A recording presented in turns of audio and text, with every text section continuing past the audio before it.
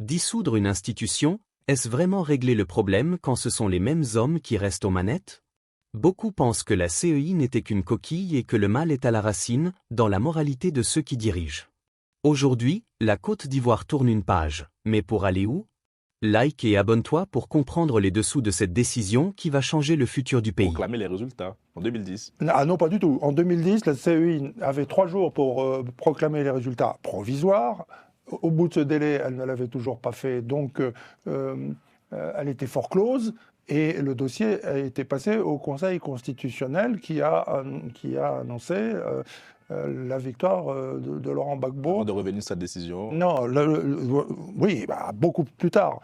La CEI ne s'est pas prononcée, elle avait 3 jours pour le faire, délai forclos, le dossier est passé à la Commission électorale indépendante, je parle de 2010. Oui. Et ensuite, le président de la commission électorale tout seul va, tout seul, il a été amené à l'hôtel du Golfe, il a annoncé la victoire d'Alassane Ouattara en 1 minute 30 en présence de l'ambassadeur des États-Unis, Philippe Carter III, et de l'ambassadeur de France, Jean-Marc Simon. Circulé, il n'y a rien à voir. Il a donné 2 chiffres et puis il est parti. On n'avait pas eu les détails et ça n'est qu'après que les résultats ont été annoncés avec un taux de participation complètement farfelu.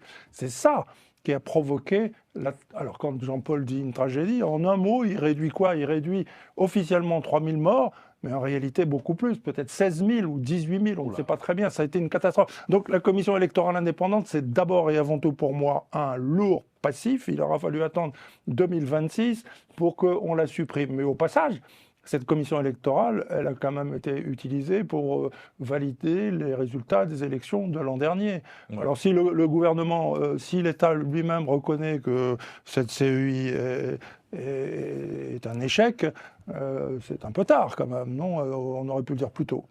Voilà mes premières réflexions sur le sujet. On ira plus en détail tout à l'heure. Jean-Yves. Ouais. Je pense que c'est très important. Le fait de dire qu'on a un président de cette commission qui s'est rendu obligé d'un candidat pour proclamer des résultats. Cela montre que, en fait, je veux dire que la commission en elle-même n'est pas le problème, mais ce sont les hommes qui sont à la tête de cette commission-là qui sont les véritables, je dirais, problèmes. C'est tout. Donc, pour moi, on essaie de déplacer le problème en essayant de dissoudre cette solution-là pour faire comprendre aux gens que oui, ce que vous avez tant décrié, maintenant, on dissout la commission, on va passer à un autre. Non, c'est pas ça le problème. Le problème sont les hommes qui comment on appelle ça, qui dirigent ces commissions-là. Si aujourd'hui on passe à une autre institution, par exemple, et que ce sont les mêmes personnes qui étaient des personnes, je dirais, problématiques, parce que ce sont des personnes qui ont été censées tantôt être un peu proches d'un camp.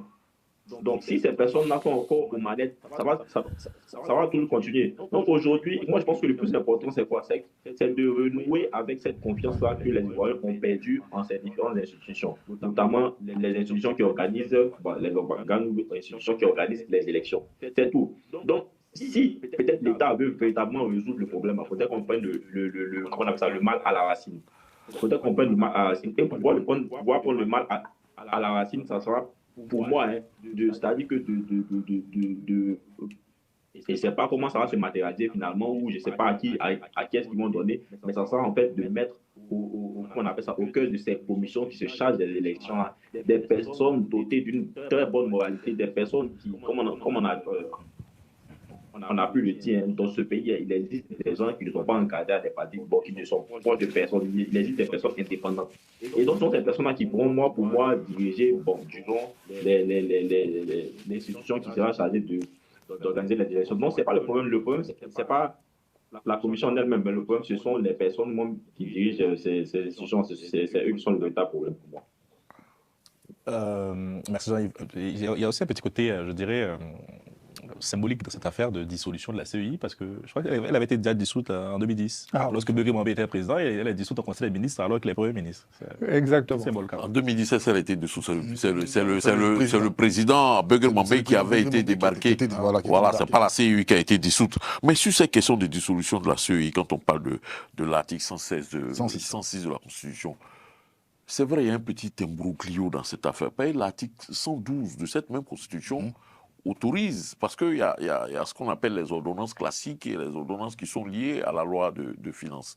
L'article 112 autorise le président de la République à prendre des ordonnances quand il s'agit des questions liées à la loi de finances. Ouais. Donc, à ce niveau-là, aujourd'hui, moi, je pense que c'est l'argument que le gouvernement, le président de la République prend pour dire que c'est par rapport aux finances. Donc, si on imagine que le budget, la loi de finances qui a été votée... J'étais pour la CEI. La CEI, là, justement, si on dissout, peut-être que l'argent qui était destiné à la CEI, là, on va réorienter ça d'un autre pour gérer, pour que le budget puisse tenir. Donc, aujourd'hui, cette loi de finances, si vous lisez bien le décret, cette ordonnance, si vous lisez bien l'ordonnance, est prise dans le cadre de la loi de finances. C'est vrai que ça crée un trouble, ce que j'appelle un broglio juridique.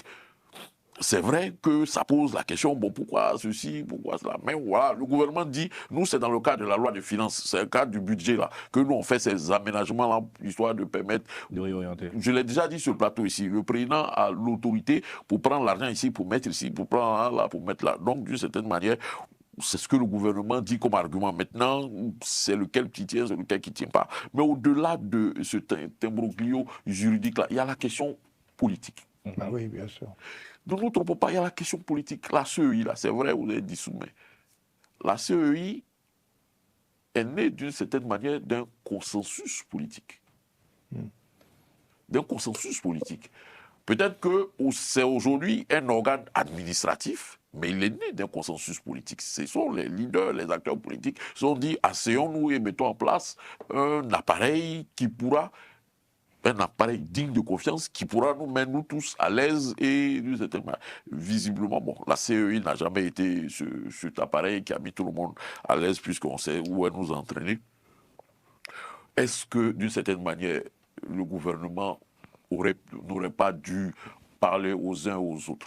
Bon, c'est pas fait. Mais pour la suite, qu'est-ce qu'on fait? Si c'est parce que c'est une affaire d'argent qui a fait qu'on a enlevé, on a dissous la CEI, je suis convaincu qu'il n'y aura pas un autre organe qu'on va créer parce qu'on va devoir mettre encore de l'argent là-bas. Parce que tel que le gouvernement présente cette affaire-là, il prend cette affaire comme si c'était une affaire d'argent.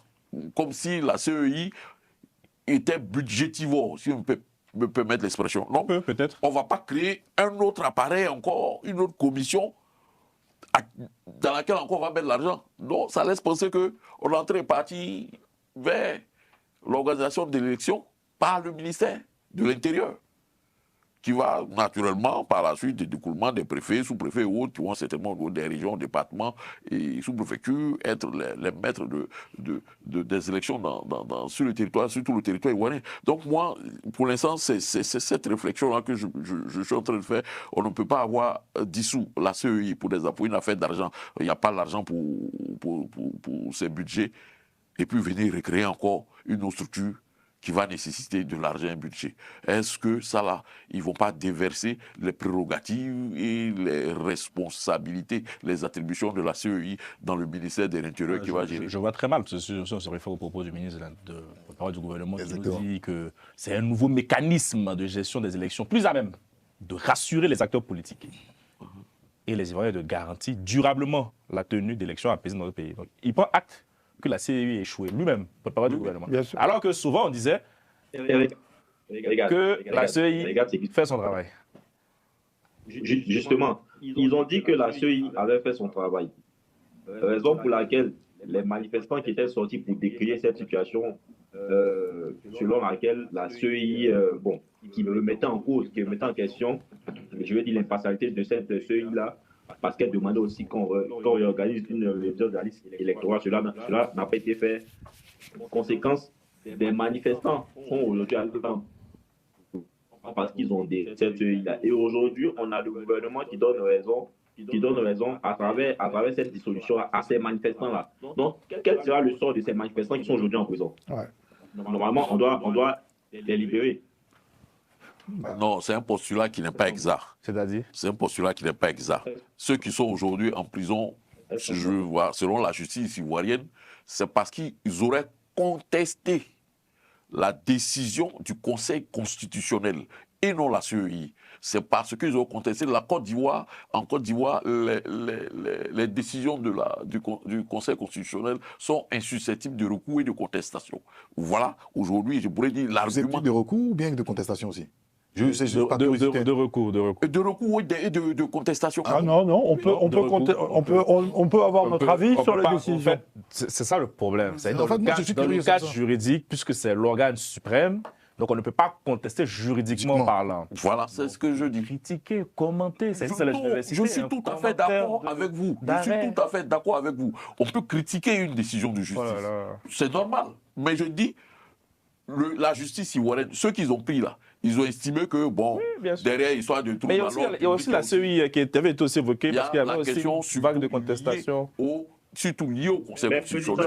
On se souvient encore de cette fameuse vidéo de Ziggy qu'ils ont brandi en disant que c'est cette vidéo-là qui a poussé, qui a envoyé Ziggy, parce que Ziggy serait en train de mobiliser un certain nombre de partisans, de son leader, pour aller contester. On parle des gens qui ont manifesté par rapport à la CEI. On parle des gens qui ont manifesté par rapport à la CEI. Tous ceux aussi, là, aujourd'hui, ils sont en prison. Jean-Yves. C'est ça que je parle. Jean-Yves, oui. Je peux utiliser un élément, une illustration de l'argument que j'avance. Même si j'estime que ce que tu poses, comme des gens qui sont venus, et qui sont en prison parce qu'ils ont contesté à un moment la décision de la CEI, dans l'histoire, dans la temporalité, là, je ne vois pas à quel moment, les contestations arrivent après la décision de la CEI, du Conseil constitutionnel de ne pas comment on appelle ça là, de ne pas valider les candidatures de Laurent Gbagbo et de Tidiane Thiam. Voilà à partir de ce moment où les contestations commencent, et on se retrouve dans toute la Côte d'Ivoire à ce qu'on aura appelé dès qu'on prononce le nom de Tidiane Thiam, paf, tout est radar. Non, c'est pas ça du tout. C'est que c'est inexact parce que Ziggy avait fait sa vidéo en disant allons au Conseil constitutionnel avant que le Conseil constitutionnel. Avant. Il n'avait pas pris sa décision. Il a dit il va y avoir un Djamanako devant il a parlé de Djamanako devant le Conseil constitutionnel. En réalité, c'est ce qui passe. C'est lié. L'argument que la justice ivoirienne a pris, c'est soit lié au Conseil constitutionnel. Le fait que Ziggy serait en train de mobiliser des jeunes à aller devant le Conseil constitutionnel. En attendant la décision. En attendant la décision du Conseil Donc c'était avant. Mais c'est ça le problème. Le problème est que le sujet qui est au centre, c'est le Conseil constitutionnel. Ce n'est pas la commission électorale. Mais Jean-Yves dit qu'il y a eu des manifestants qui ont manifesté contre la commission électorale. Est-ce que je pourrais... Excusez-moi. Il faut souligner un moment fort sur le plateau. Norbert qui parle Nouchi. Oui, Djamanako. Norbert, ça c'est un moment d'émission. Je ne savais pas que... Djamanako, ce n'est pas du Nouchi. On a rectifié les cours. C'est en Maliké, Djamana, c'est la foule, oui, mais c'est utilisé dans le Nouchi. Bon, et surtout, est-ce qu'on peut faire des propositions sur la bonne structure? Si tu permets que je puisse juste rebondir sur quelque chose de très important, parce que le président a quand même est revenu sur l'article 112 rattaché à la... C'est 112, hein, à la loi de finances, c'est ça? L'ordonnance, voilà. C'est ce que le gouvernement ivoirien prend comme argument pour dire que c'est lié aux finances et la loi de finances. Parce que hier, en fait, suite à l'intervention en fait, de... Si la confiance est rompue entre les Ivoiriens et leurs institutions, quelle serait la solution idéale pour des élections apaisées? Partagez cette vidéo pour ouvrir le débat.